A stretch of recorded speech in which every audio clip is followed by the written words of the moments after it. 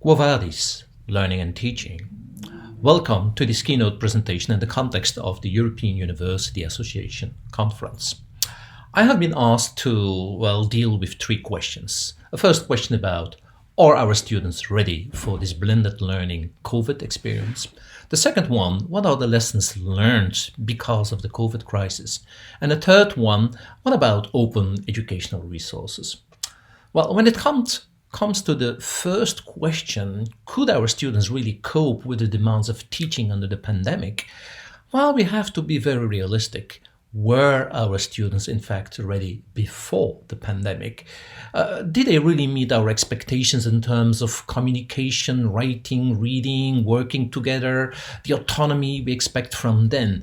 And did we make our expectations very explicit? And this really returns to our expectations during the pandemic. And thirdly, when the pandemic crisis struck, did we not discover really our weaknesses in terms of student readiness? So this brings us to central themes that now are on the table and that no longer, in fact, can be neglected. What to do with student support, what to do with well-being of students, what to do with resilience, communication skills, their online readiness. These are now on the table and can no longer be neglected. So the post-COVID menu for many universities will be, please analyze your expectations in terms of teaching and learning. So in terms of what you ask from students, how you ask it, and when you ask it. And this will require fostering discipline, fostering well-being, maybe looking at the executive functioning of our students, whether conditional competences are present in our students in terms, for instance, of collaboration or active engagement, their exam readiness. So we should really map our student needs. So were our students ready? Well, I would say yes and no, or yes or no. It all depended on the investment in the development of conditional competences and whether we were explicit about expectations and whether we put the student at the center in especially trying to know our students. And research about this, is quite confrontational. For instance, in this study, we discovered that 66% of the students did not have a room at home to study independently and autonomously. And that as a consequence of the situation, many students attended classes less and attended less than 50% of the classes. So we should monitor this. Lessons learned. While dealing with this question, we really should acknowledge, stop pretending that we can return to the normal of pre-COVID. And we should look at lessons learned at three levels: at the macro level, at the meso level, and the micro level. When it comes to the macro level, we have seen that alignment of the higher education as a sector has become critical. We should sit together. We should listen to one another within the regional, national context, and maybe the international context when it comes to conditions, access, opening, housing, scholarships, and so on, because there have been tremendous economical implications, for instance, here in this article about bankruptcy, about closing down programs. And at the macro level, we especially learned that collaboration between institutions, within institutions, and at the international level really has a big potential. We also discover in research about this that students, for instance here, 50% discovered that their partnership has strengthened with communities, with other institutions, with other organizations, and other universities. When we move to the meso level, that's the way we organize our institution and our programs. We see that now we have a big variety of possibilities. We discover teaching and learning approaches that we never knew before.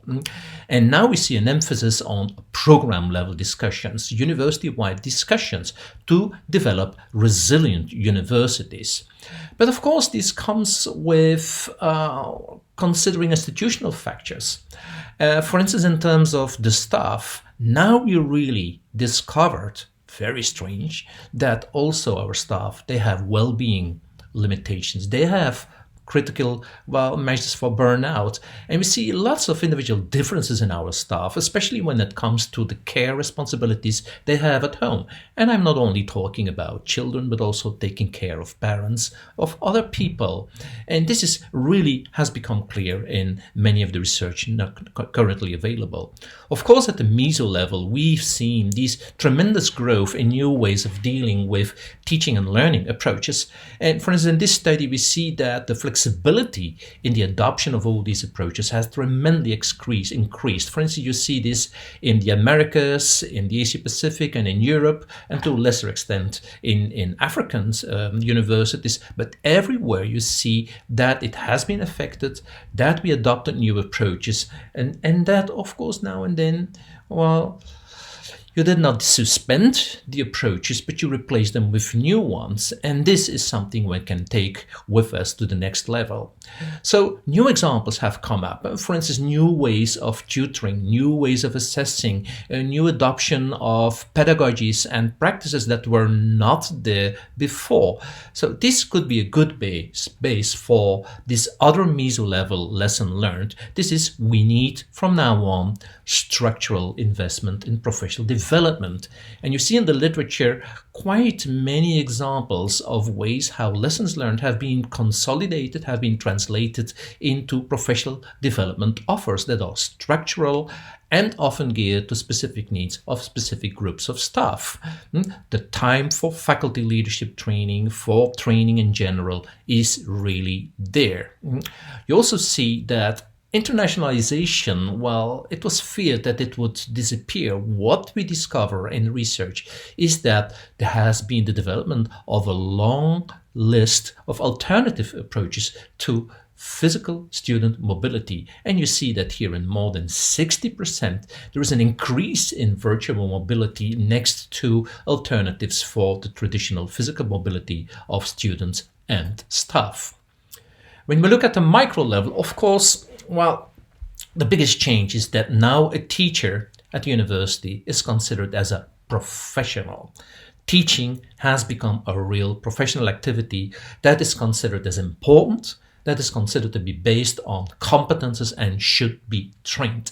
But still we have this lonely cowboy feeling of many teachers, of course, depending on their professional development offers they get in their universities. What teachers also discovered together is that many things can be moved online, but also many things cannot be moved online. And this helped in the adoption of new tools, new strategies to teach, to engage students, and even evaluate them, while considering, of course, their well-being. And for instance, simply as an example, for instance, here working with master level students as to, their thesis, master thesis guidance. Well, all these online tools, they are wonderful because they add a level of interactivity, of documenting approaches, of bringing students together and to exchange and share ideas. So new possibilities have arisen and they can stay.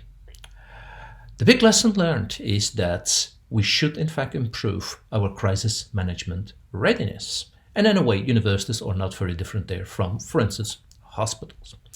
Now to the third question, what about these open educational resources?